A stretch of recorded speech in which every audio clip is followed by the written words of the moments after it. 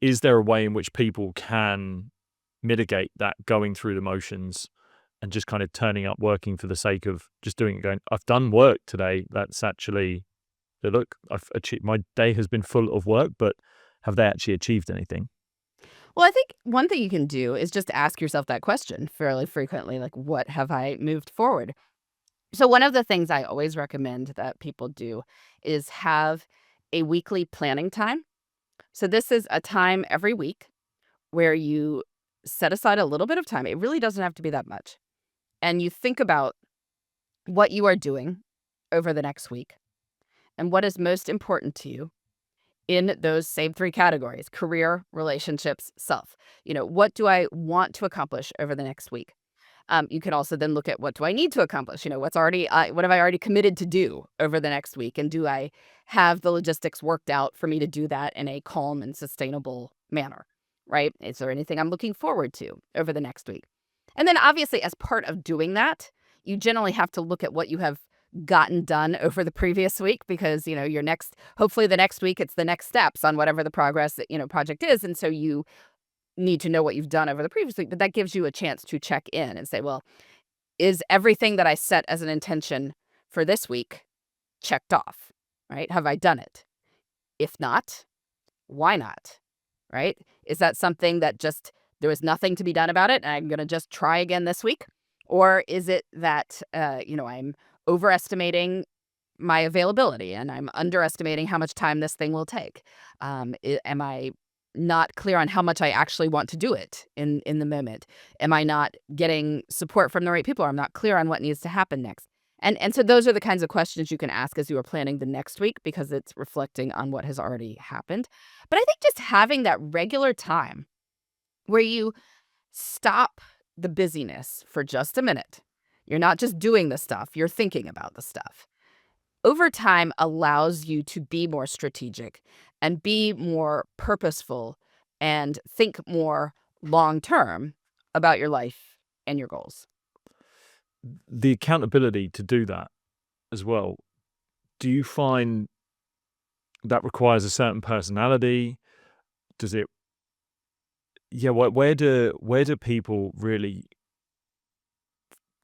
build and maintain that accountability for being able to uphold something like that? Because I've just seen people that will say, I'm going to do this, I do it, and then a few days in, it kind of flitters away, or they miss the deadline, they don't hold themselves that accountable, and then they're kind of back in this toxic cycle that they find themselves in. Well, I mean, habits are hard, Mm, right? I mean, there's what can we say? But I think there's a nuance to that, because even people who are like, "Oh, I just have trouble with habits. I have no discipline, whatever, whatsoever." A lot of those people manage to brush their teeth every day. It's not that you can't do something. It's that whatever you're setting out to do is either not easy enough, not appealing enough, doesn't feel useful enough. And so in order to make something a regular habit in our lives, hopefully we can make it feel as high utility as brushing our teeth. So for me, if I don't have my regular weekly planning session, my life falls apart. It's like total chaos around here. And I prefer not to live in total chaos. And so I am very motivated to have my regular weekly planning time where I figure out, what I need to do next week and what everyone else's around here run of show will look like.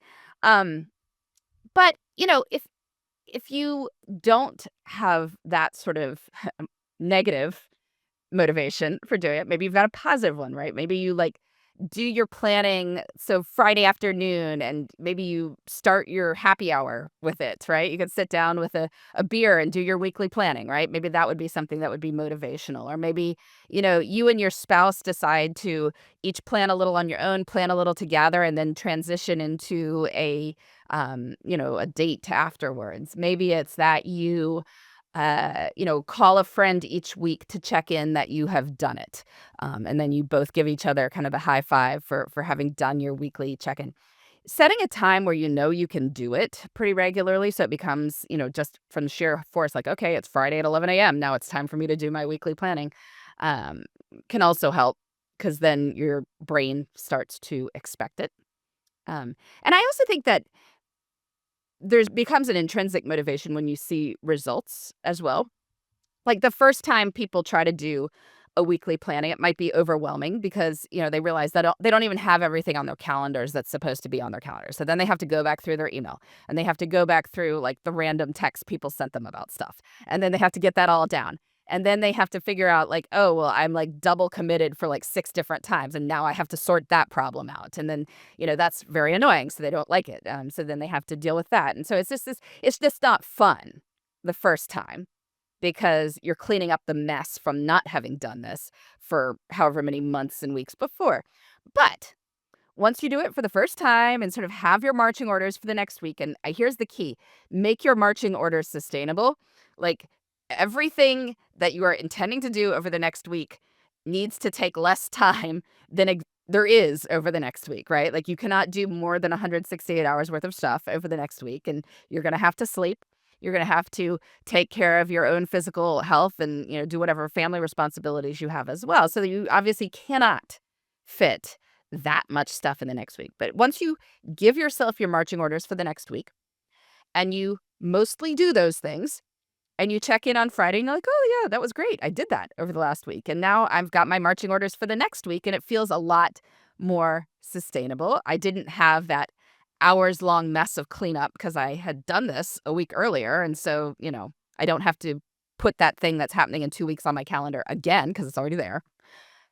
It starts to feel a little bit more enjoyable. You start looking forward to it a bit more. If you enjoyed that clip with Laura and you want to enjoy even more clips from the show or maybe an episode, YouTube's thrown out what it thinks you will enjoy the best, and it's put it here. Don't know what it is? Click it. Find out.